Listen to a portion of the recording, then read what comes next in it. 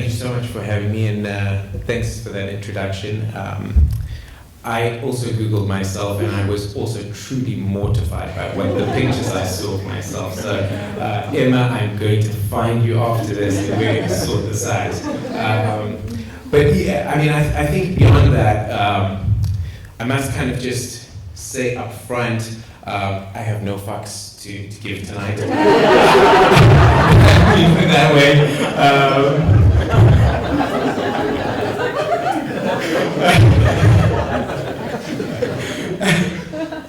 And also, I think the story that I wanted to talk about is really kind of a slightly different perspective, because in many ways I feel like, like just one of you guys, an audience member, a founder, an entrepreneur, not really just so much as an investor as well, because we wear many hats.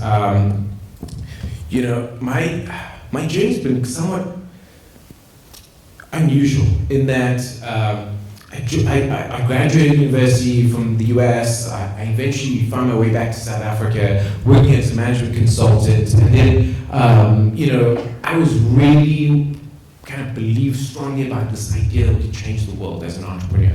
And I became the serial entrepreneur, launched 3 different businesses, failed twice, was stupid enough to try the 3rd time, and actually made a little bit of money, believe it or not. Sold the business. Unfortunately, I didn't know of Benchmark at the time. I had to do it myself, but it worked really well. And then eventually I joined my family business, a business that was 100 years old when I joined it. And I was the 4th generation to be the custodian of that family legacy. And it was an incredibly important, humbling moment when I got to walk in on my first day and see actually some of the people that I used to grow up with, working in that factory with, and their kids were now working there, and their dads worked there before them. So in our family, we felt incredibly blessed and proud of the fact that we had 3 generations of families who chose to work and spend their time professionally with us. And I think as business owners and founders yourselves, you think about building a culture that not only resonates for yourselves, but for the people that you employ. And so you spend nights and weekends awake thinking about your values and your culture and what defines your organization. And I will say that, frankly, I think all those sleepless nights, all the gray hairs, all the endless worrying that we have about our failings and what we could be better at is actually what makes us so special. And I mean, frankly, the fact that all of you guys are still here after COVID, after bootlegging, after doing all these crazy things. We've lived through a pandemic. I'm from Durban. We've lived through riots. We've lived through floods. We've lived through some insane things, and yet we are still here fighting, building businesses, and actually thinking about how to scale. I mean, it's unbelievable that we're just alive, let alone kind of scaling. So please, I think just give yourselves a round of applause for kind of recognizing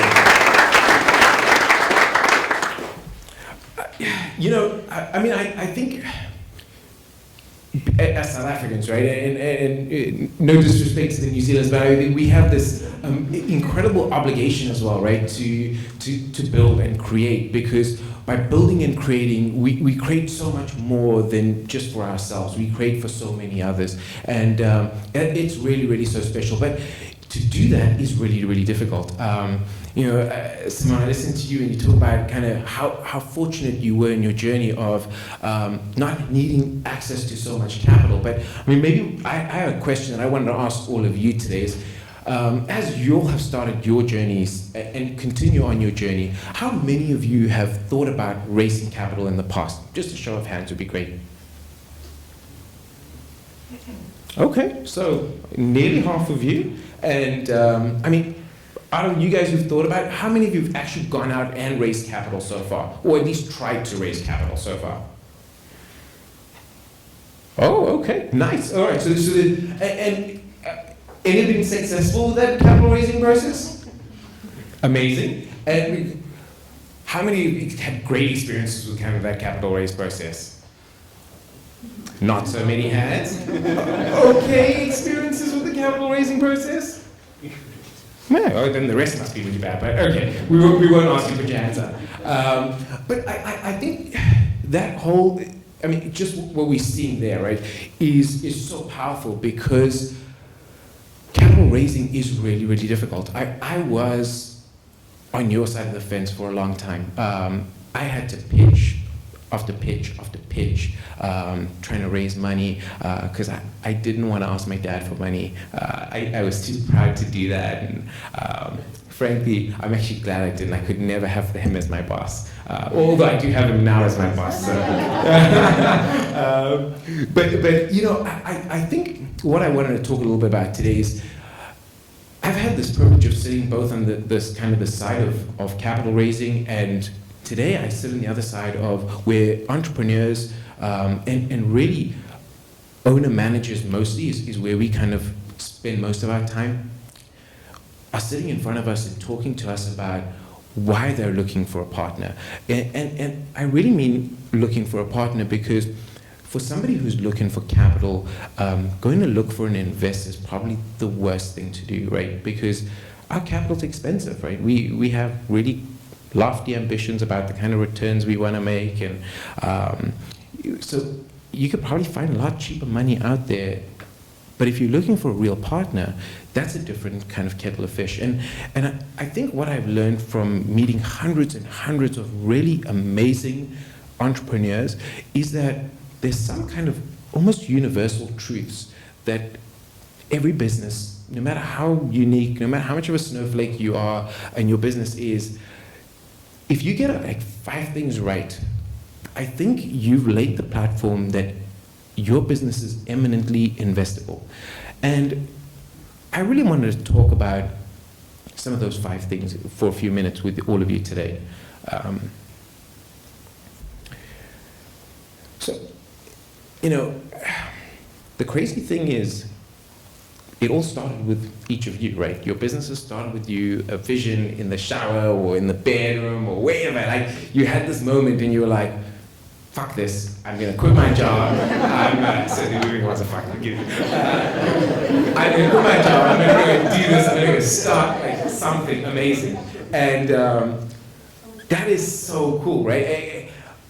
But I think when you go and sit in front of an investor, Emma, you talked about it earlier, like, be your authentic self, right? You know, nobody wants to invest in some cookie cutter person. I mean, we all see Elon Musk on Twitter and we think, first I think all of us were like, wow, this guy's amazing, he's changing the world. And I think there's more and more of us who think, well, there's a couple of screws loose there. But be that as it may, be the screws loose or whatever, the man wants to change the world and make us a multi-planetary species, be you. And I think that's so important because you are the reason an investor is actually sitting at that table in the first place. And I think before you go there, though, you need to really talk about what makes you special. Unpack that, unpack what makes your business special, what's your vision, how you grow this, and be really clear about that. Because I think without that, the conversation dies almost immediately. And then kind of following that, it's this whole idea of what's your vision for this business and what are your values? You know, this whole idea of values is, I think, to me, beyond you as the kind of the visionaries, the creators, etc.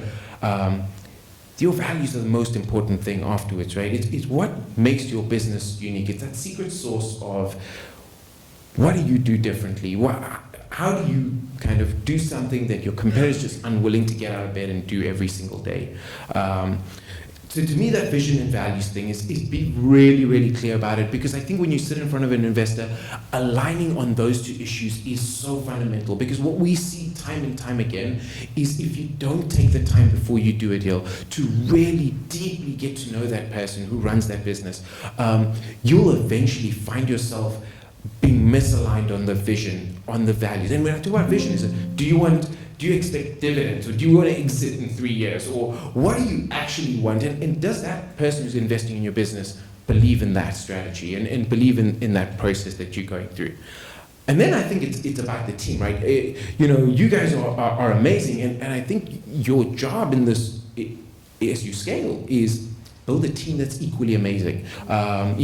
People want to invest into great teams.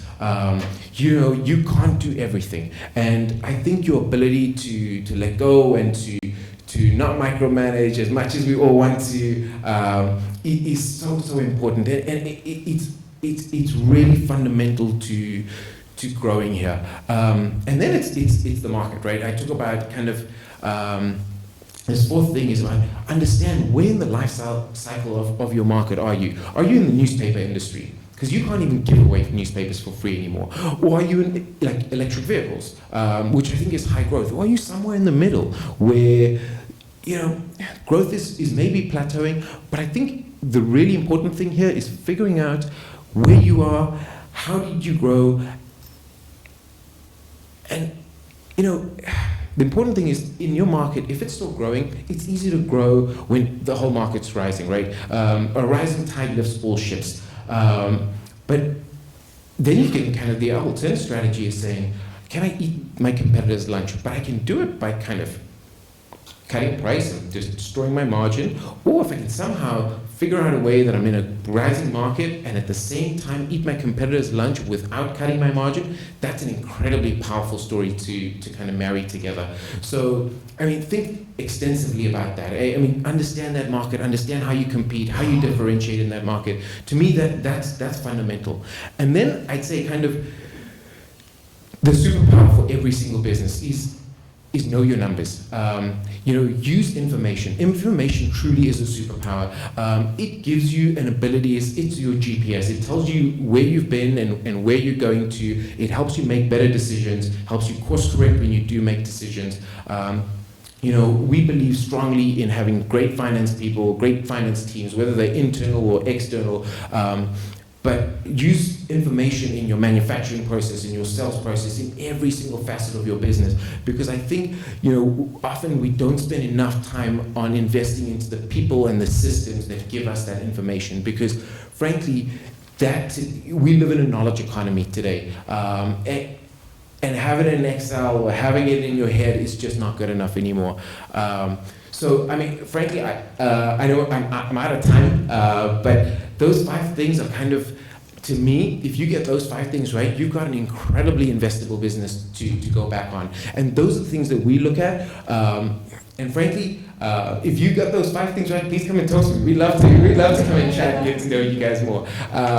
So thank you so much for listening and your time. And I'm incredibly grateful to be here. And I'm so looking forward to hearing the rest of the speakers today. So enjoy.